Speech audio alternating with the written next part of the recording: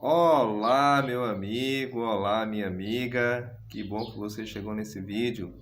Eu me chamo Francisco, tenho um canal no YouTube chamado Jesus Emanuel. Que Deus possa estar abençoando o seu lar, a sua família. Desde já um feliz sábado para você. Se você ainda não é inscrito no nosso canal, se inscreva.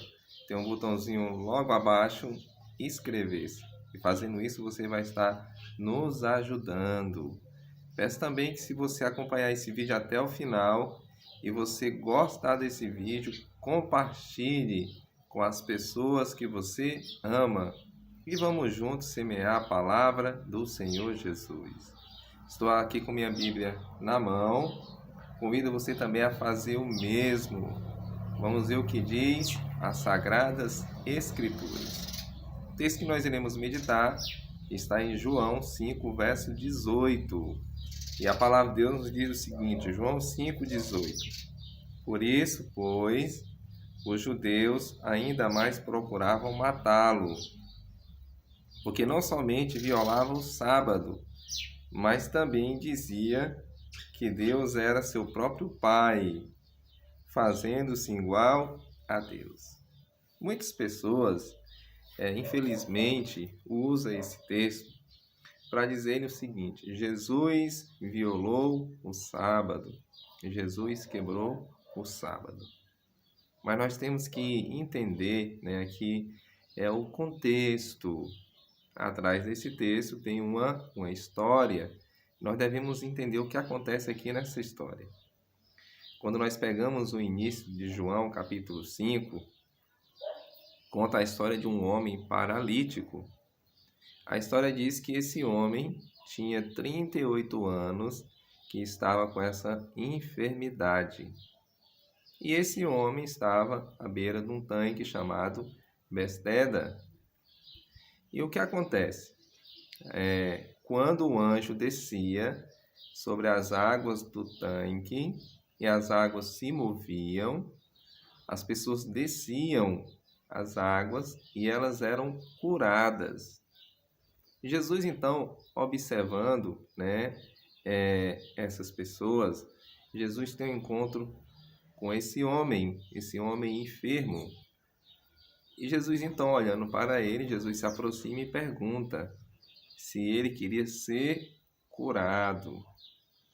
E o homem explica para Jesus que não tinha quem levasse ele até as águas, que descesse ele às águas para ser curado. No mesmo instante, Jesus diz assim: olha, levanta, toma o teu leito, e vai embora. Aquele homem então sente o poder de Deus em seu corpo, revigorando o seu corpo. E aquele homem então, ele levanta-se, aquele homem é curado da sua enfermidade, que sofria há 38 anos. E aquele homem então pega o seu leito e vai embora. Mas a questão toda é porque essa cura, ela foi realizada no sábado. Jesus curou esse homem no sábado. E a história diz que ao esse homem sair então com seu leito na mão, os judeus ali então vê esse homem carregando o seu leito. E os judeus então, eles perguntam para o homem: olha, você não sabe que hoje é sábado, que não pode carregar o seu leito um dia de sábado? E o homem diz: aquele que me curou disse que eu me levantasse e levasse meu leito. E depois desse encontro, esses judeus eles tiveram um encontro com Jesus. E Jesus fala o seguinte para eles: meu Pai trabalha até agora e eu também. E aí eles se revoltaram porque Jesus se fazia igual ao Pai. E se revoltaram também porque Jesus tinha feito essa cura no sábado. E eles acreditavam que no sábado Jesus não poderia realizar uma cura porque Jesus estava trabalhando.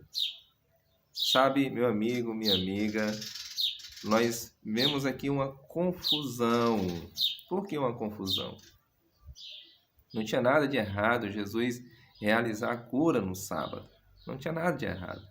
Quando nós estudamos os evangelhos, nós descobrimos que Jesus realizou pelo menos 7 curas no sábado.